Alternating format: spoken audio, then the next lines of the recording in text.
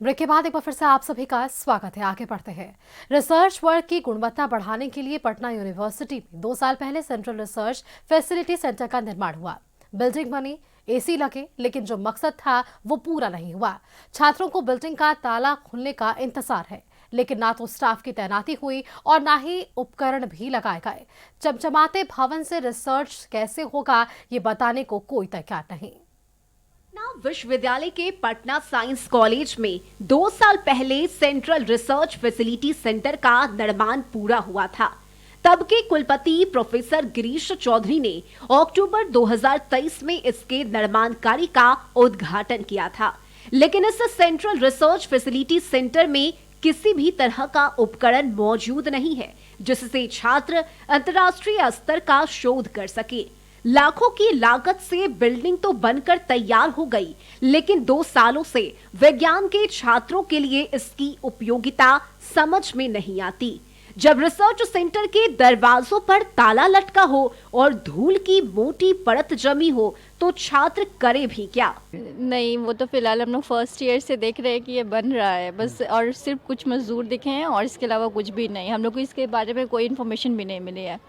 यहाँ पे आपने कोई एकेडमिक गतिविधियाँ नहीं नहीं देखी? नहीं जो आपकी प्रैक्टिकल की क्लास है जी, वो रेगुलर होती है या उसमें कुछ लैब टेक्नीशियन या डेमोन्स्ट्रेशन की कुछ कमी है? क्लासेस तो रेगुलर होती है बट Practical केमिकल्स में बहुत इश्यूज है। कुछ केमिकल्स अवेलेबल नहीं होते हैं, तो कभी कुछ प्रोफेसर्स भी थोड़ा अनअवेलेबल टाइप रहते हैं। इसको तो एक साइंस के छात्र के लिए तो बिल्कुल प्रैक्टिकल तो होना ही चाहिए, वो तो आपकी जान है। एग्जैक्टली, वो विदाउट प्रैक्टिकल तो केमिस्ट्री कुछ है भी नहीं। एक बार हम लोग में ये डिस्टिल्ड वाटर, जब डिस्टिल्ड वाटर का मशीन ख़राब हो गया तो वो अभी तक रिपेयर नहीं हुआ है। आई थिंक तो ये हम लोग को ऐसा हुआ कि स्टूडेंट्स खुद लाने जा रहे हैं। ऐसी स्थिति है। ये 2 साल पहले उद्घाटन हुआ था जब हम लोग कॉलेज में नए नए आए थे, तो हम लोग को लगा था कि कॉलेज में कुछ इम्प्रूवमेंट हुआ है, कुछ नया रिसर्च वगैरह होगा। बट 2 साल से इसको कंटिन्यू देख रहे हैं, इसमें कोई भी एकेडमिक पर्सनल नहीं दिखता है हम लोग को। इसकी साफ़ सफाई भी होती है कि नहीं हम लोग को आइडिया नहीं।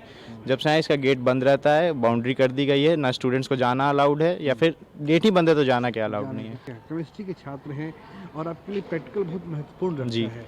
पटना साइंस कॉलेज में क्या आपके यहाँ प्रैक्टिकल की क्लास होती है? प्रैक्टिकल की क्लासेस होती हैं, प्रोफेसर्स टाइमली क्लास लेना चाहते हैं। प्रोफेसर्स की भी मजबूरी है, यहाँ के जो एडमिनिस्ट्रेटिव लेवल पे प्रॉब्लम है, केमिकल का ना होना, लैब की छत गिर जाना, ये सब समस्याएं हैं यहाँ पर। प्रोफेसर्स तो कहीं से पढ़े लिखे ही होते हैं, वो चाहते हैं कि बच्चे का कुछ ना कुछ हो, वो लोग सीखें, लेकिन वो भी उनके भी हाथ बंधे हुए हैं कि ना यहाँ केमिकल है। इवन कि केमिकल घोलने के लिए डिस्टिल्ड वाटर तक की कमी हो जाती है लैब में। हाल ही में कुछ पानी की समस्या हो गई थी तो कल बंद कर दिया गया। जो बंद है सो बंद ही है, तो हम लोग लैब के पानी नहीं यूज़ कर पा रहे हैं। ऐसी स्थिति है हाँ, पटना और साइंस कॉलेज में। महंगे केमिकल्स तो ना के बराबर ही हैं। प्रैक्टिस के इनफ भी केमिकल्स नहीं अवेलेबल हैं। ये सेंट्रल रिसर्च फैसिलिटी सेंटर जी। ये बन के तैयार तो हो गया है, ये बंद पड़ा है ये। कभी कुछ देखा है आपने यहाँ पे कुछ activity? इसका उपयोग ही नहीं हुआ है। जब हम लोग का 2023 में जब हम लोग सितंबर, हाँ, उसी का- अगस्त, सितंबर, अक्टूबर उस टाइम पे ही जब कंप्लीट हो गया था बन के। उसके बाद इसका क्या यूज है अभी तक कुछ पता नहीं चला है। वही हम लोग जानने की कोशिश कर रहे हैं। हर बार हम लोग आते हैं यहाँ पे खुद से क्वेश्चन पूछते हैं आखिर ये बन के इसका यूज क्या है। कि आपको लगता है कि सारे वेल इक्विप्ड आपकी लेबोरेटरी है? यहाँ पे इक्विप्ड नाम का कुछ चीज़ नहीं है, मिसिंग है सब चीज़। मतलब कुछ है, बेसिक्स हो जाता है, बट एक होता है ना स्टूडेंट का रिक्वायरमेंट होता है, उस लेवल पे नहीं है। दरअसल जिस सेंट्रल रिसर्च फैसिलिटी सेंटर की बात हो रही है उसका मकसद गुणवत्तापूर्ण रिसर्च को बढ़ावा देना था। बिल्डिंग तैयार हो गई, एयर कंडीशनर लग गए, फायर एक्सटिंग्विशर भी लग गए, लेकिन बिल्डिंग के दरवाजों पर ताला लटका है।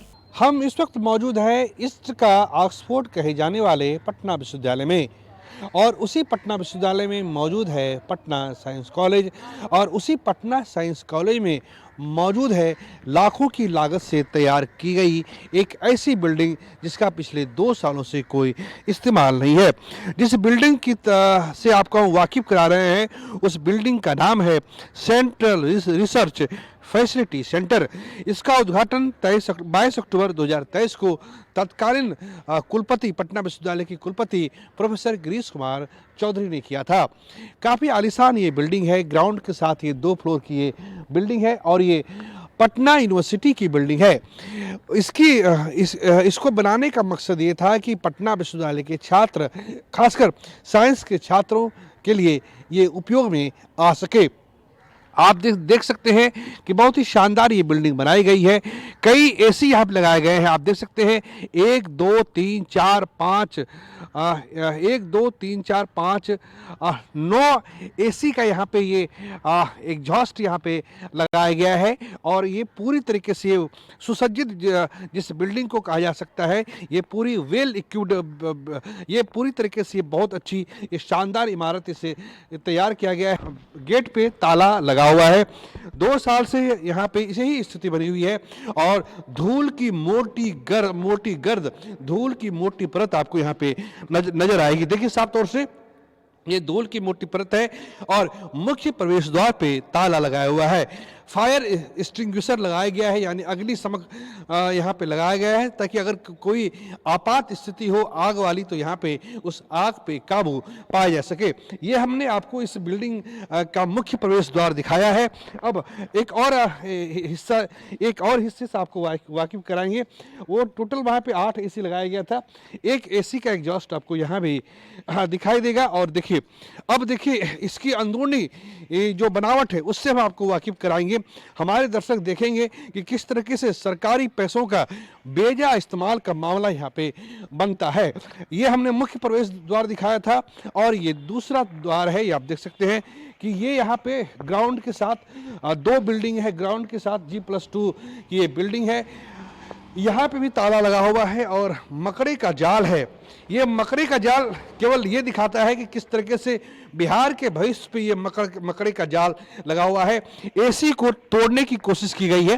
तो सामने आपको ये एसी देख सकते हैं कि इसको तोड़ने की या इसको चुराने की कोशिश की गई है। पंखे लगे हुए हैं, एसी लगा हुआ है, लेकिन इस्तेमाल करने वाला कोई नहीं है। 2 साल पहले इस बिल्डिंग को बनाया गया था। कई जगह से बिल्डिंग को नुकसान पहुंचाने की कोशिश की गई है और इस बिल्डिंग को नुकसान पहुंचाया भी गया है। सेंट्रल रिसर्च फैसिलिटी सेंटर का निर्माण साइंस कॉलेज कैंपस में किया गया है। G+2 बिल्डिंग वाले इस बिल्डिंग में हर तरह की सुविधा मौजूद है, लेकिन रखरखाव नहीं होने से बिल्डिंग को नुकसान पहुंचने लगा है। ग्राउंड फ्लोर में लगे एसी को नुकसान पहुंचाया गया है और सेंटर का निर्माण राज्य उच्चतर शिक्षा अभियान के सहयोग से हुआ है, लेकिन उपकरण नहीं होने की वजह से सेंटर बंद पड़ा है। सवाल ये है कि बिना स्टाफ और उपकरणों के सिर्फ बिल्डिंग बना देने से गुणवत्तापूर्ण रिसर्च हो सकता है। हालांकि कुलपति का कहना है कि जल्द ही इस पर काम शुरू हो जाएगा।